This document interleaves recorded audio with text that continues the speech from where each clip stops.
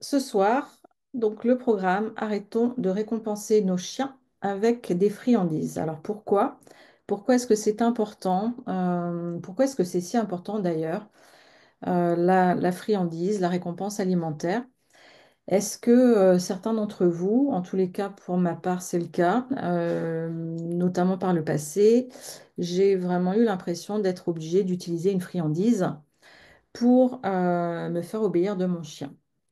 Et donc, c'est une croyance que beaucoup de propriétaires ont et que je vois dans les pratiques au quotidien quand j'interviens auprès des propriétaires. Et donc, à un moment donné, donc c'est vrai que la friandise peut aider un petit peu, mais à un moment, on a un peu la sensation d'être obligé d'acheter finalement l'obéissance de notre chien et de le soudoyer, parfois pour une simple obéissance d'un ordre très simple comme par exemple le assis. À tel point que j'ai vu des propriétaires en fait être très fiers de leur chien en disant mon chien sait s'asseoir. Et je dis bah allez-y, montrez-moi. Et en fait, impossible d'obtenir un simple assis parce que les propriétaires n'avaient pas sorti la friandise adéquate pour que le chien puisse s'asseoir. Donc, quand on en arrive là, c'est que la friandise est finalement devenue un instrument qui permet de soudoyer qui permet de soudoyer le chien et qui n'est finalement pas un vrai élément ou un bon élément motivationnel pour aider à l'éducation du chien. Voire même, pire, cela peut parfois contribuer en fait au développement de comportements dits adaptatifs, c'est-à-dire de problèmes de comportement, parce que l'humain va récompenser au mauvais moment, parfois pour rien, parfois pour se faire plaisir, et souvent pour se rassurer, notamment au moment du rappel. Alors, au mauvais moment, je vous prends un exemple. Vous demandez au chien de s'asseoir, vous sortez votre friandise, tant bien que mal, et au moment où vous amenez la friandise, en fait, le chien se lève. Donc, finalement, vous avez récompensé non pas le assis, mais le fait que le chien se lève. Et c'est pour ça que beaucoup de propriétaires n'arrivent plus à obtenir un assis malheureusement sans friandise. Vous pouvez aussi, on se dit, ah, mon chien me saute dessus, c'est pénible. Donc je vais lui donner une friandise pour qu'il se calme, pour qu'il arrête de me sauter dessus. Bon, les friandises étant souvent à la hauteur des hanches, dans la petite besace qui va bien. On sort la friandise et à ce moment-là, le chien saute. Donc finalement, on apprend au chien le comportement indésirable plutôt que celui désiré. Donc voilà, la friandise au mauvais moment. La friandise pour rien. Donc il y a des propriétaires en fait qui aiment donner comme ça, distribuer des petites friandises en pensant que le chien va les aimer ou va mieux les respecter. Voilà, voilà. Donc je pense qu'il y a quelque chose de cet ordre-là. Et donc, ce que j'ai vu en comportement extrême, c'est par exemple donc une propriétaire qui récompensait son chien, donc à chaque fois qu'elle rentrait d'une balade, et puis ensuite quand elle préparait à manger, puis quand elle était à table, donc parce qu'il est mignon. Mon chien est mignon, donc je lui donne des petites friandises. Et en fait, on en est arrivé à une situation où le chien était constamment en train d'aboyer sur sa propriétaire pour obtenir à manger tout simplement. Et donc ça en est devenu insupportable. La problématique de la friandise pour se faire plaisir, c'est que en fait on se fait plaisir à nous, on ne fait pas forcément plaisir au chien. Et surtout, le risque que l'on court, c'est de donner des aliments qui sont inappropriés, soit d'un point de vue digestif, soit d'un point de vue de la santé, tout simplement. Et le risque derrière, c'est que le chien développe des problématiques de santé du type obésité, diabète, etc. Donc voilà. Donc, Se faire plaisir, oui, mais pas au travers de la friandise. Se rassurer, donc ça, c'est vraiment quelque chose de très fréquent. En fait, les propriétaires donc, ont leur petite besace de friandise en pensant que le chien va mieux revenir au rappel, donc ça les rassure. Et donc, ce qui se passe, en fait, c'est que ben, le jour où vous n'avez pas de friandise, ou le jour où le chien a trouvé une friandise, enfin, ou ce qu'il considère comme une meilleure friandise que ce que le propriétaire a, eh bien, il ne va pas revenir il va se faire plaisir d'une autre manière. Donc, vous voyez que la friandise peut devenir catastrophique et elle l'est notamment dans des problématiques comportementales du type stress, hyperexcitation ou agressivité. Vous avez certains chiens qui sont dans un tel état de stress qu'ils n'arrivent même pas à renifler ou à trouver une friandise. Ils ne les sentent pas, ils ne sont plus connectés en fait avec la réalité, ils sont dans leur environnement de stress. Donc, fort de tout ça, laissons nos friandises à la maison et utilisons, pourquoi pas ces friandises, mais dans des problématiques comportementales très précises ou dans des apprentissages très complexes qui vont nous aider, mais très certainement pas pour des ordres simples et très certainement pas pour se créer du lien. La friandise ne crée pas du lien, on ne fait qu'acheter finalement le chien, entre guillemets, hein. Donc je caricature un petit peu.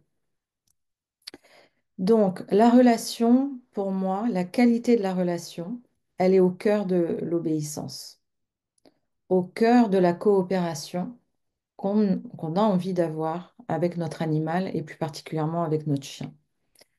Donc, ce qui va créer une relation de qualité, de la confiance en fait, hein, tout simplement, c'est une posture cohérente. C'est la compréhension de ce qu'est un chien, la compréhension de ce que sont ses besoins, de ce dont il a besoin en fonction de son âge, en fonction de sa race. La compréhension que le chien est extrêmement intelligent et qu'il va nous obéir à partir du moment où il a confiance en nous.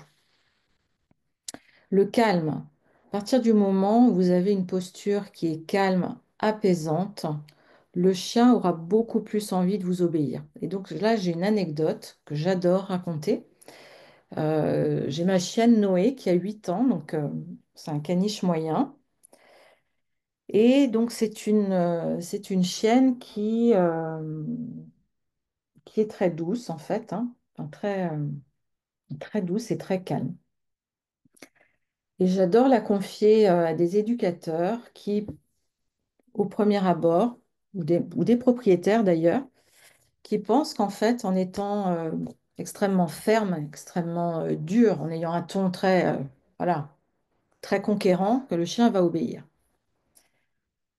Et en fait, ce qui se passe, c'est totalement l'inverse, en fait, hein. Donc, ma chienne, quand on lui parle d'un ton dur ou extrêmement autoritaire, elle ne va pas obéir. Et vous pourrez lui mettre toutes les friandises de la terre sous le nez, elle n'obéira pas. En revanche, si vous utilisez une posture du calme et que vous êtes dans le respect, et donc dans la confiance mutuelle, et particulièrement dans le calme, donc avec un ton apaisé, une voix douce et une gestuelle adéquate, ma chienne vous obéit au doigt et à l'œil.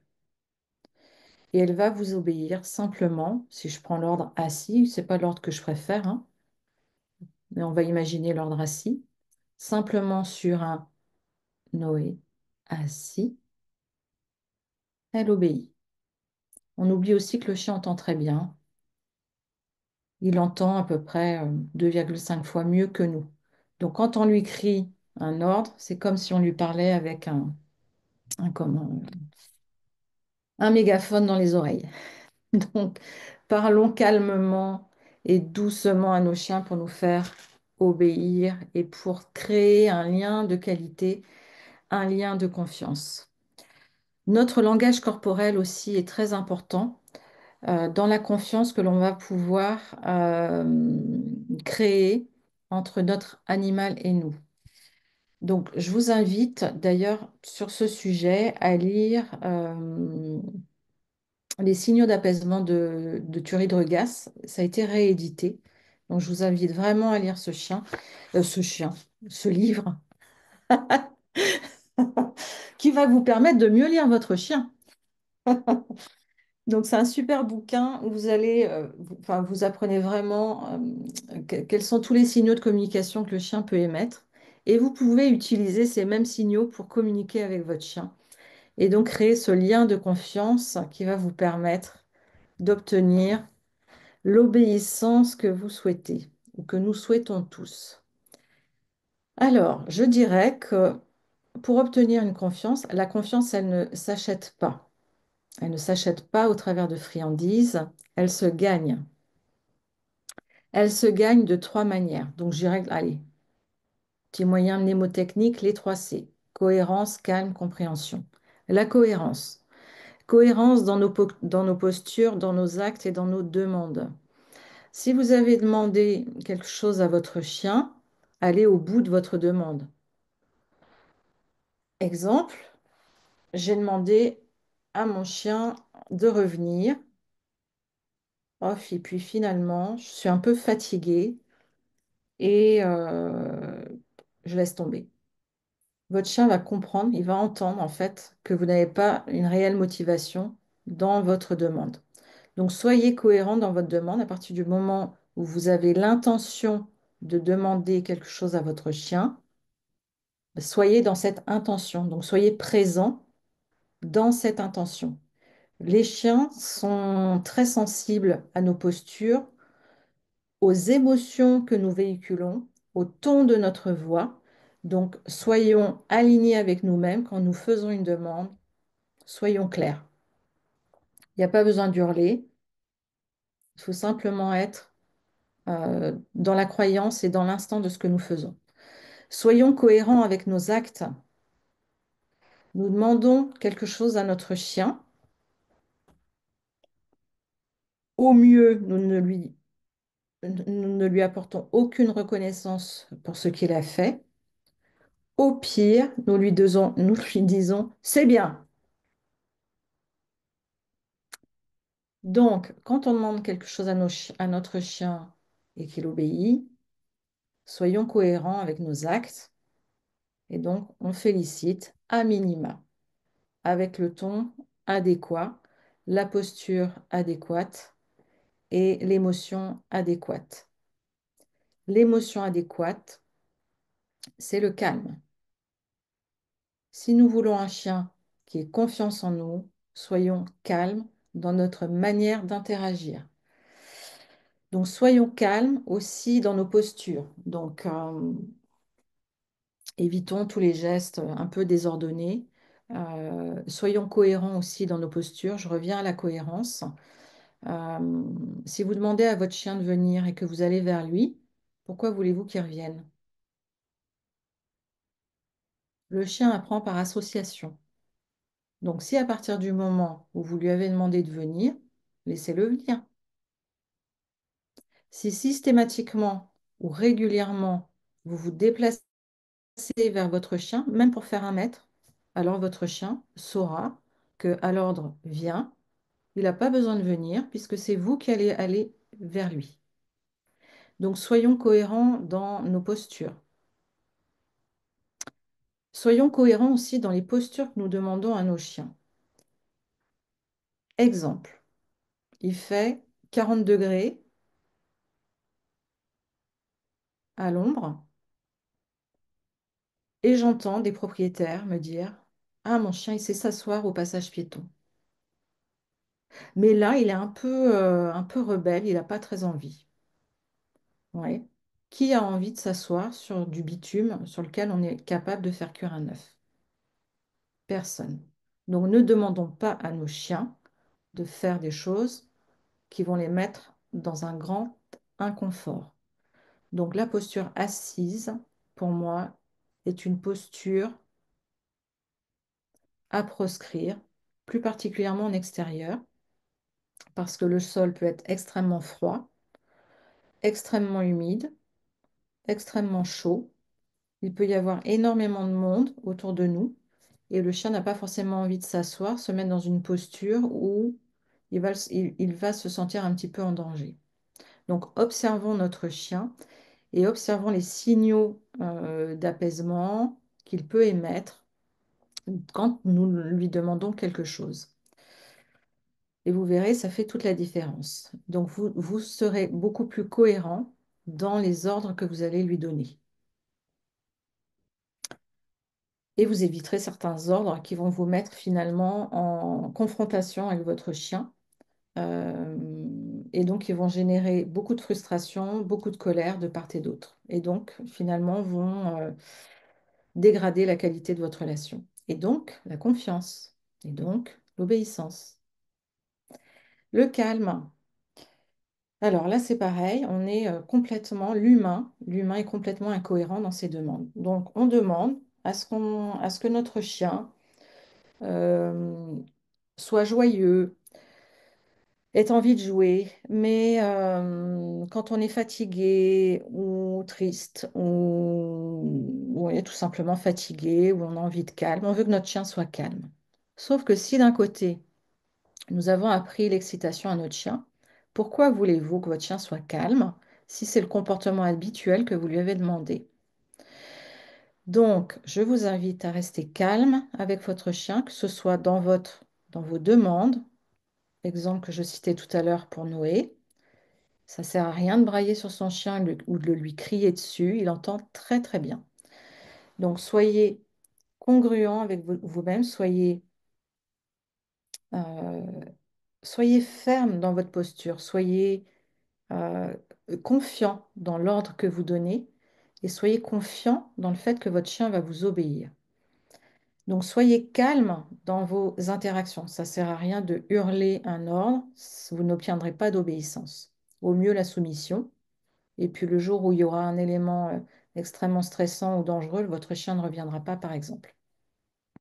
Votre gestuelle. Je le disais tout à l'heure, vous demandez à ce que votre chien vienne à vous et vous allez vers lui. Il ne reviendra pas. Vos demandes, si vous lui demandez 10 fois de revenir ou 10 fois de se coucher, votre chien apprend par association, donc il s'assoira ou se couchera ou il reviendra à la 10e demande. Vous le lui avez appris. Donc ne nous étonnons pas. Et quand nous prenons un chien ou quand, en tant qu'éducateur ou comportementaliste, nous allons en intervention, je vous invite vraiment à aller creuser sur ce qu'est la race que vous allez aller voir, ce pourquoi ce chien a été créé. Alors si c'est un mélange de races, peut-être essayer de ressortir la race la plus prégnante, la plus présente, hein, tout simplement au travers de la forme de votre chien ou de sa taille, ou les deux. Donc comprendre quels sont ses besoins. Un chihuahua n'aura pas les mêmes besoins de sortie alimentaire qu'un husky. Apprenons à communiquer avec nos chiens, donc les signaux de communication. Apprenons de quoi notre chien a besoin. Notre chien a besoin de calme, de cohérence, de congruence et qu'on réponde à ses besoins. Nos chiens vivent dans un environnement qu'on leur impose. Ils n'ont absolument aucune liberté. Nous, nous avons la liberté de choisir. Nous avons la liberté de choisir avec qui on sort, quand on mange, quand nous allons faire nos besoins, quand nous nous levons, quand nous allons nous coucher. Notre chien, nos chiens n'ont absolument aucune liberté de ce type. C'est nous qui décidons de tout pour eux. Donc, à minima, ayons en tête le respect de leurs besoins, que ce soit en termes d'alimentation, de couchage, de sieste, d'eau, de promenade, de rencontre avec des congénères. Là aussi, il y a certaines croyances où on nous dit Il faut que le chien aille voir des copains, plein de copains. Oui, c'est important hein, pour que le chien continue à être sociabilisé et puisse continuer à communiquer avec des congénères. Sauf que si vous le soumettez à des congénères qui ont des difficultés à gérer leurs émotions, qui n'arrivent pas à s'arrêter de jouer, qui sont un peu harceleurs, qui n'obéissent pas, enfin bref, peu importe. Si vous obligez votre chien, à rentrer en interaction avec des individus auxquels il n'aimerait finalement pas rentrer en relation, vous êtes dans une forme de maltraitance passive. C'est un peu fort ce que je dis, mais c'est vrai. Donc, offrez à votre chien le ou les congénères ou les copains qui lui vont bien. Donc, ça peut être des copains euh, comment, avec qui vous sentez que ça se passe bien. Ne lui imposez pas des sorties avec des chiens avec qui vous savez que ça va mal se passer ou il va y avoir des déclenchements de réactivité. Donc, la confiance, elle s'acquiert au travers de ces trois axes. Donc, de la cohérence, du calme et de la compréhension de ce qu'est votre chien, de ce que sont ses besoins et de la manière dont il communique. Est-ce que vous pouvez communiquer de la même manière avec lui? Donc, fort de tout ça, vous allez développer un lien de confiance de qualité et vous allez voir que l'obéissance va venir naturellement. Voilà. Donc, je vous ai mis, si j'y arrive, voilà. Donc, en conclusion, pour chaque comportement vécu comme indésirable, donc l'absence d'obéissance est un comportement qui est vécu comme indésirable par les propriétaires. Allons chercher la cause et appuyons-nous sur des professionnels qui vont avoir une approche holistique et systémique, donc une approche globale qui va chercher à comprendre où se situe la problématique et non pas s'intéresser uniquement aux symptômes. Mon chien ne s'assoit pas, mon chien ne revient pas. C'est pas aussi simple que ça. Voilà, et donc je fais ma petite publicité. Donc au CFAO, nous avons à cœur de former des éducateurs et des comportementalistes qui ont cette approche systémique et de chercher à comprendre quelle est la cause pour aider les propriétaires de chiens, de chats ou de chevaux, donc à recréer un lien de confiance. Merci de votre attention. La porte, enfin, je vous ouvre. Donc les débats sont ouverts.